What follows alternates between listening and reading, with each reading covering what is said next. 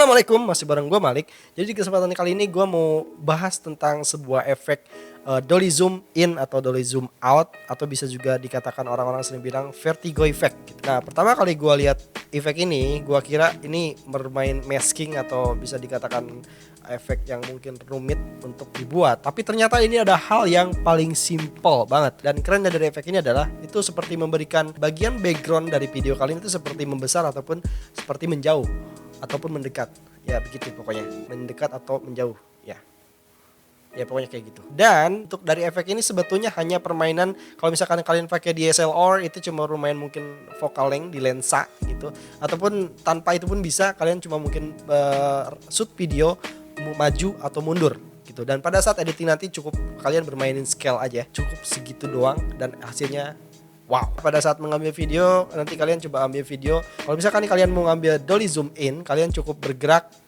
ke arah objek dari jauh mendekat pada objek. Dan kalau misalkan kalian mau membuat dolly zoom out, kalian bisa ambil dari arah dekat ke objek lalu menjauh pada objek tadi. Dan ya cukup segitu aja untuk pengambilan videonya, dan langsung kita beralih ke tutorial editnya. Yuk. Oke, saat ini sudah berada di tampilan Adobe Premiere Pro.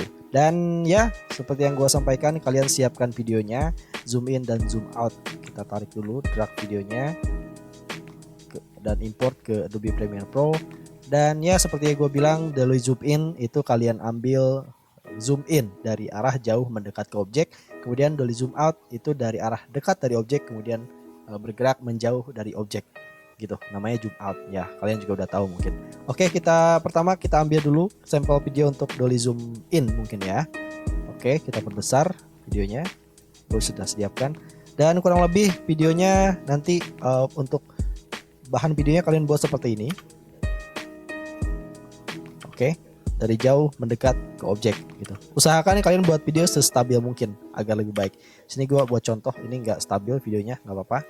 Dan ya, yang kalian harus lakukan gampang banget. Oke, yang pertama kita masuk ke akhiran video untuk mengambil ukuran dari objek kita, agar ukuran objek dari awal sampai akhir itu ukurannya sama. Contohnya untuk gampangnya seperti ini, kalian lihat bagian tangan itu segini gitu ya, kurang lebih berapa senti dari baju gitu kan, helm sedikit potong gitu. Oke, kalian ingat-ingat, kemudian tarik videonya ke belakang, kita ke awal video. Lalu ke atas ini bagian motion ada scale dan positions gitu. Nah, dua ini kalian nyalakan keyframe ya.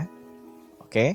Ketika sudah nyalakan keyframe nya, kalian boleh di zoom, bisa diklik 2 kali. Lalu perbesar seperti ini, bisa menggunakan ini juga. Gini. Oke, lalu kalian atur sama seperti video tadi. Oke, ini terlalu besar. Kalian kasih oke. Nah, kurang lebih video tadi seperti ini sih. Oke, kita simpan di tengah videonya, di sekiranya aja. Kurang lebih tadi segini sih. Oke, setelah seperti ini, kalian tarik videonya sampai akhiran video tadi di sini. Oke, setelah ini kalian kembalikan ke ukuran dan posisi semula. Oke, sekiranya kita kasih 100, ininya 640, kemudian ukuran ke atasnya 360. Boom, kini sudah ke ukuran normal. Dan ya, kalian bisa lihat hasilnya. Oke, dan mungkin kalau misalkan ingin videonya lebih bagus lagi, bisa dikasih sedikit slow motion. Mungkin kita klik R di keyboard atau red stretch tool, kemudian tarik videonya agar sedikit jadi slow motion. Dan ya, ini akan lebih bagus sih kelihatannya harusnya ya. Oke, itu untuk dolly zoom in. Kemudian kita ambil contoh satunya untuk dolly zoom out, itu sama aja, tinggal dibalik doang. Kita ambil videonya. Oke, sampai sini kurang lebih. Oke, potong dulu. Ini sama seperti tadi.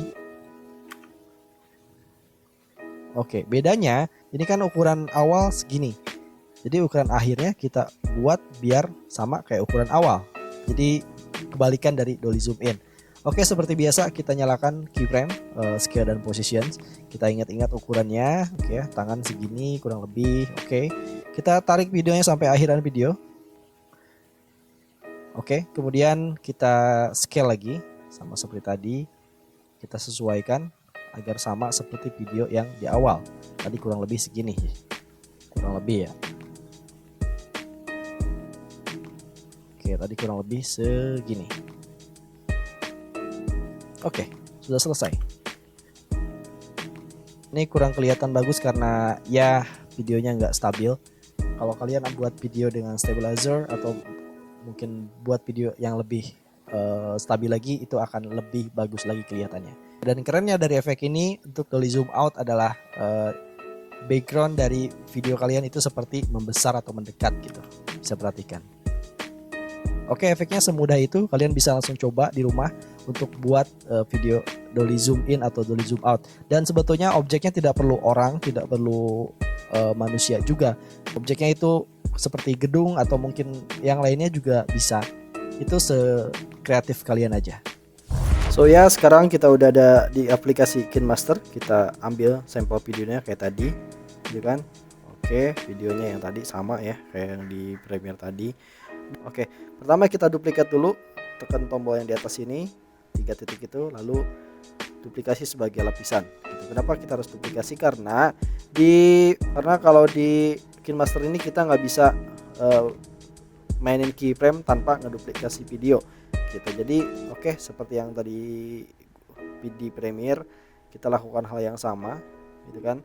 Kita coba tarik ke akhiran video, dapatnya segini ya, kita kurang lebih sama juga.